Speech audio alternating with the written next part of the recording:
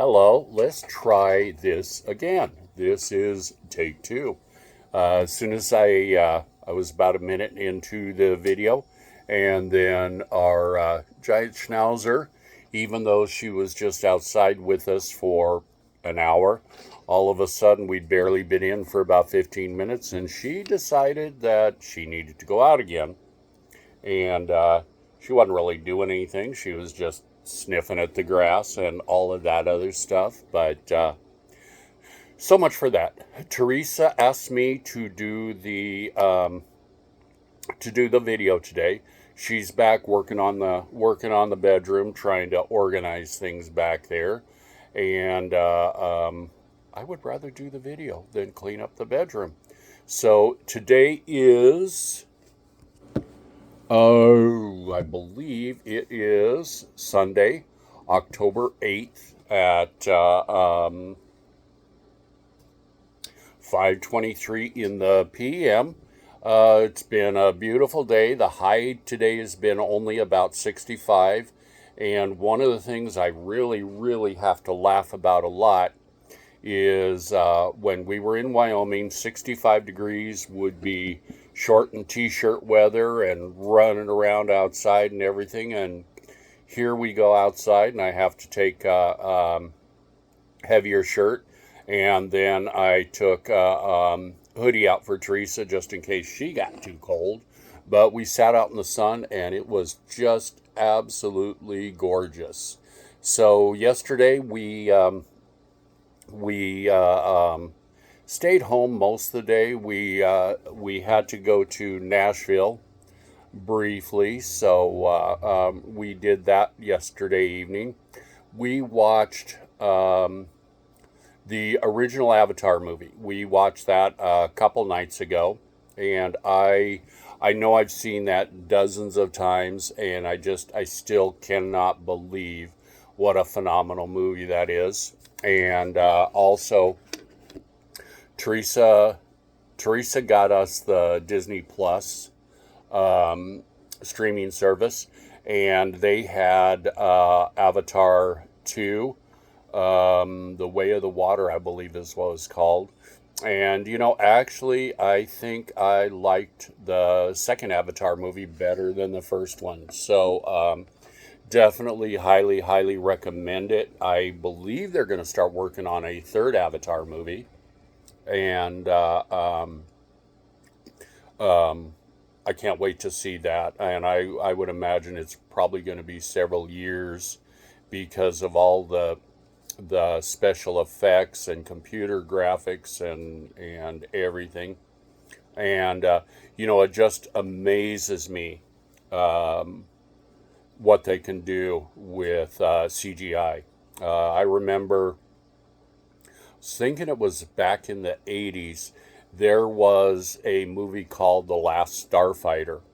And that movie was the very, very first movie to use all CGI on the space scenes, the flying ships and all of that. And I remember watching that movie and thinking, holy smoke, where can they go from here? And, then like when um, Jurassic Park, the first one came out, I mean, I was just blown away by that. And it really, really amazes me what they are able to do with computers. And I know I'm starting to be an old guy, but those of us in the probably 40 to 60, 40 or plus, we didn't grow up so much with cell phones, computers, that type of stuff. So it's always something new. I remember my grandmother passed away. It was around 2010, and she was 90. I believe she was 92 when she passed away, and um, I always have to work hard when I talk about her because she was probably the most influential person in my life next to Teresa. And even though I was adopted, there is no way that you could have convinced her that I was not her real grandchild. And I was adopted a Heidi and everything. And she latched onto me. We first time I met her is when we moved to Wyoming from Hawaii, and I was about 5 years old. And I was really scared. I wasn't used to all of this, and I was really scared.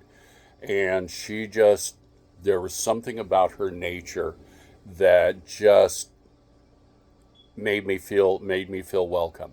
And she had probably, I'm thinking probably around 22 grandchildren, and of all of them, I am the oldest. And she made no bones about it that I was her favorite. In fact, when she passed away, she'd been up she'd been up at the hospital for a week, and I was going up there every afternoon after work. I would go up and visit her, and the the day she passed, my um, my one aunt and two of the uncles and Leroy were all there. And when she heard my voice, she made her get up from the chair next to her bed because she wanted me to sit there.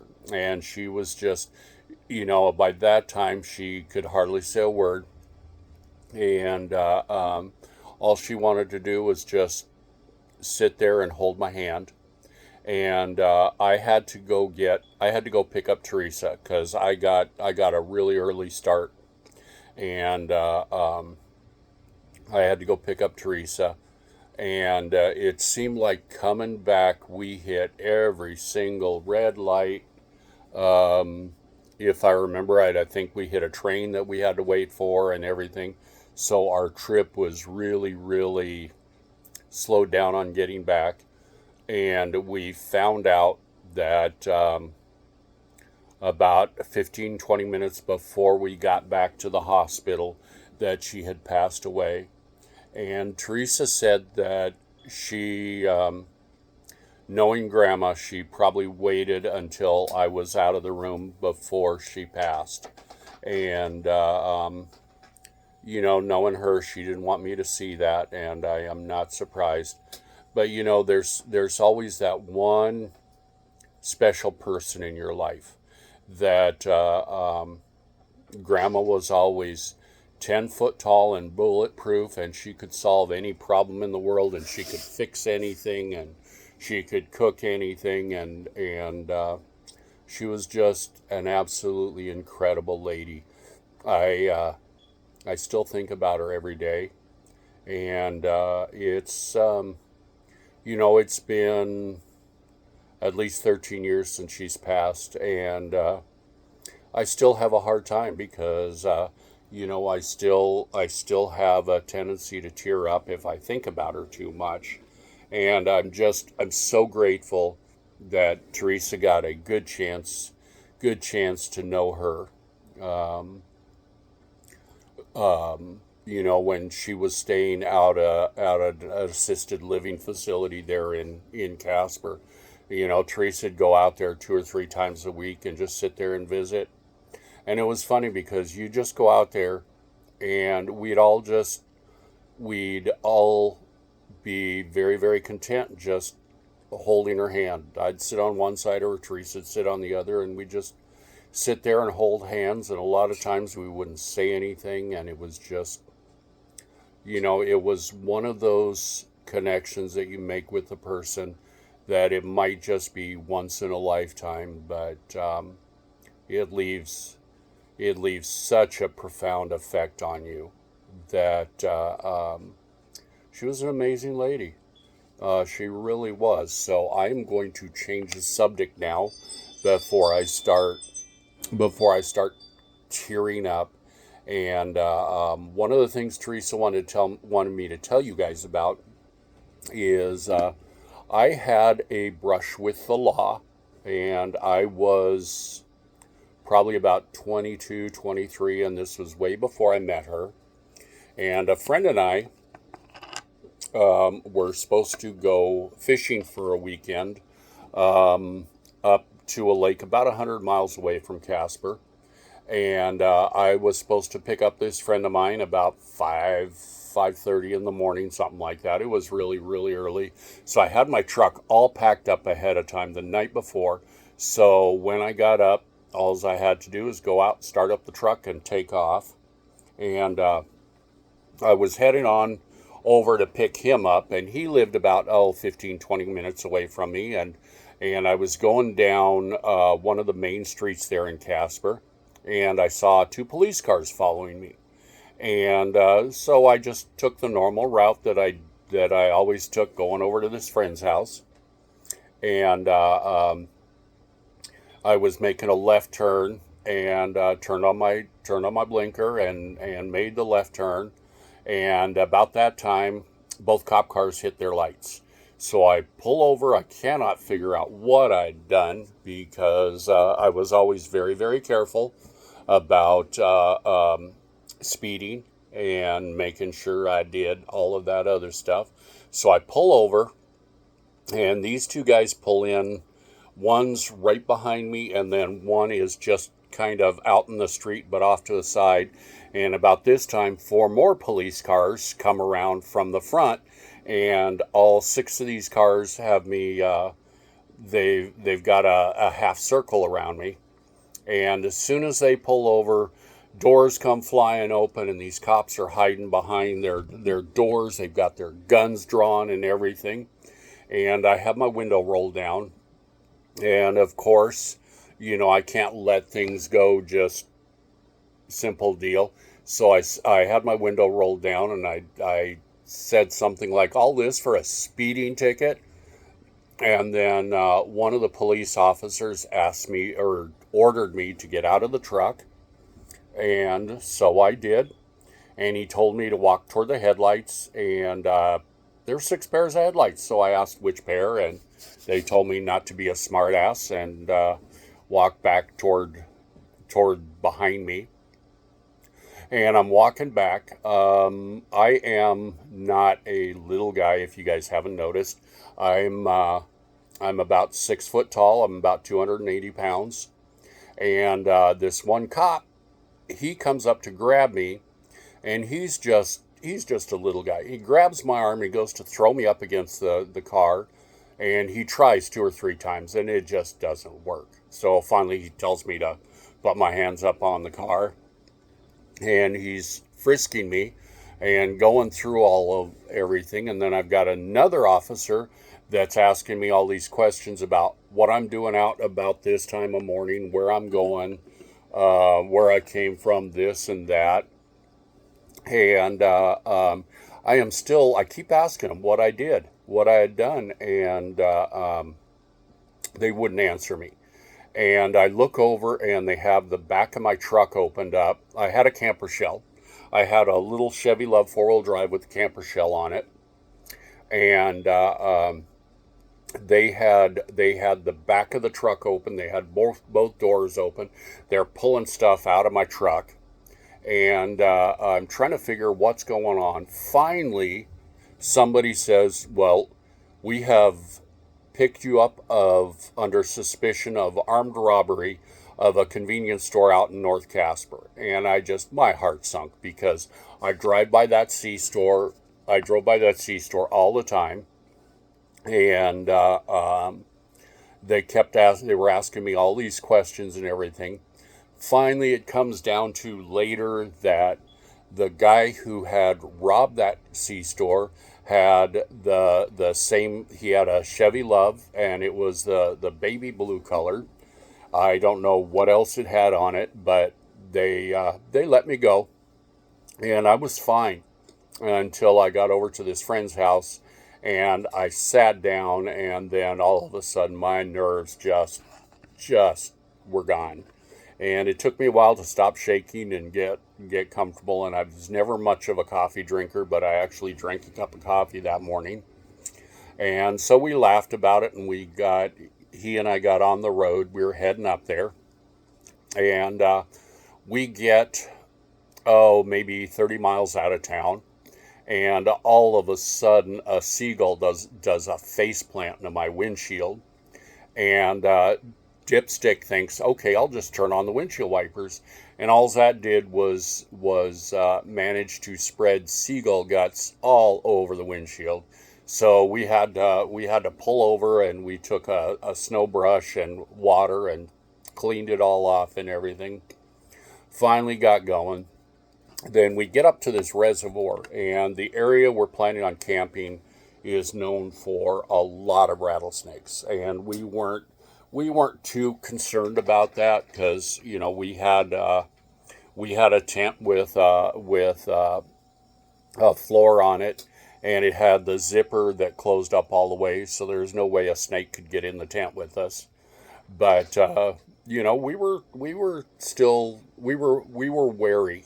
Well, in the course of this trip, I had a fish steal. I had 4 poles with me. I had a fish steal one of my poles, and this friend of mine, he ended up slamming one of my fishing poles in the tailgate of my truck, which broke it in half. And then the other the other pole that I'd been using, he went to cast it out for me, and I don't know what he did, but it was a fishing pole that separates, and when he cast it out, he launched the tip part of it out into the water. The line broke, so that was pole number 3 that I'd lost, and I thought, maybe I just should have stayed in bed. Then um, later, it started raining, and we're ready for this. And somebody, I don't know if it was him or me, left the camper window open, the windows in the camper open. So when it rained all over my stuff, my sleeping bag, my clothes, and then the next thing that happened is I caught a perch, and it was a big one. And we weren't sure about this, and so we were talking about it. About do we take it to a game and fish station to get it weighed or whatever, and we were still going back and forth, and finally this friend of mine decided for me. He went and cleaned the fish, which once you do that, it's going to lose maybe 20% of its body weight. And to come to find out later that what we weighed the fish at, it would have been the new state record perch. So there was another thing that I lost out on. And then the final thing on this whole trip, we were getting ready to come back home, and the clamps that I used to hold the camper shell down, they came loose. So I'm driving down the highway at 60 miles an hour, and all of a sudden my camper shell blows off the back of the truck. All the stuff that we had back there was scattered to the 4 winds. So this was just one of those fishing trips where I should have stayed home. I should have stayed in bed, and I look back and laugh on it. We never did run into any snakes, so we were lucky on that. We didn't catch a whole lot in the way of fish, but it was nice to get out of town and go do some fishing.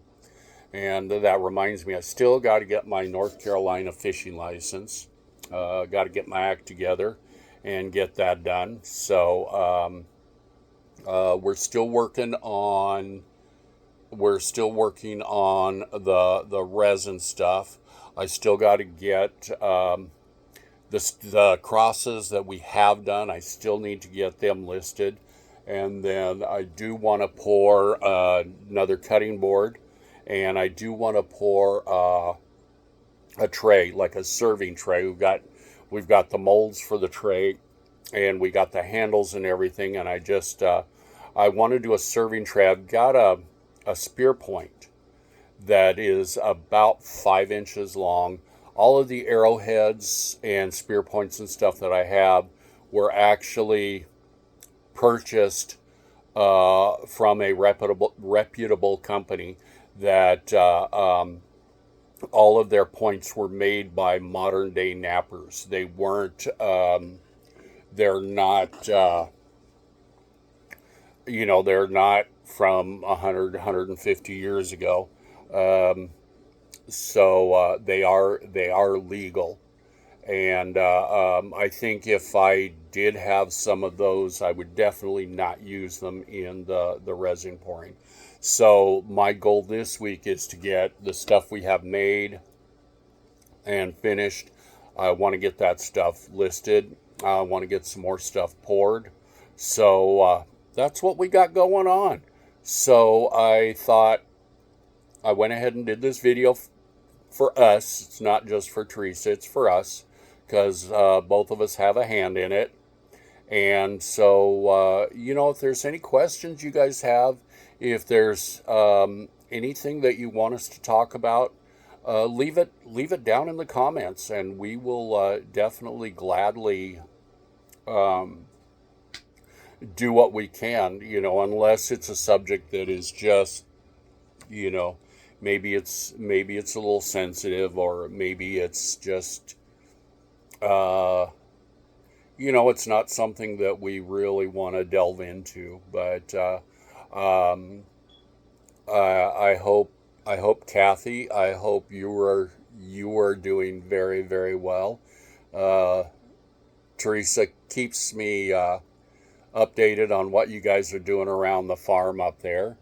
And Carol, I hope you're still doing very, very well. I know it's got to be so hard losing your husband after that many years. I can't imagine what it'd be like living without Teresa. And we've been together. We just celebrated a couple months ago our 35th wedding anniversary, and I still cannot believe she has put up with me for that long. So, any questions or comments or anything, please feel free to throw them down in the comments, and we'll do what we can to answer. So I hope you guys all have a wonderful rest of your weekend, and do something nice for somebody else. Always pay it forward, and then do something nice for you.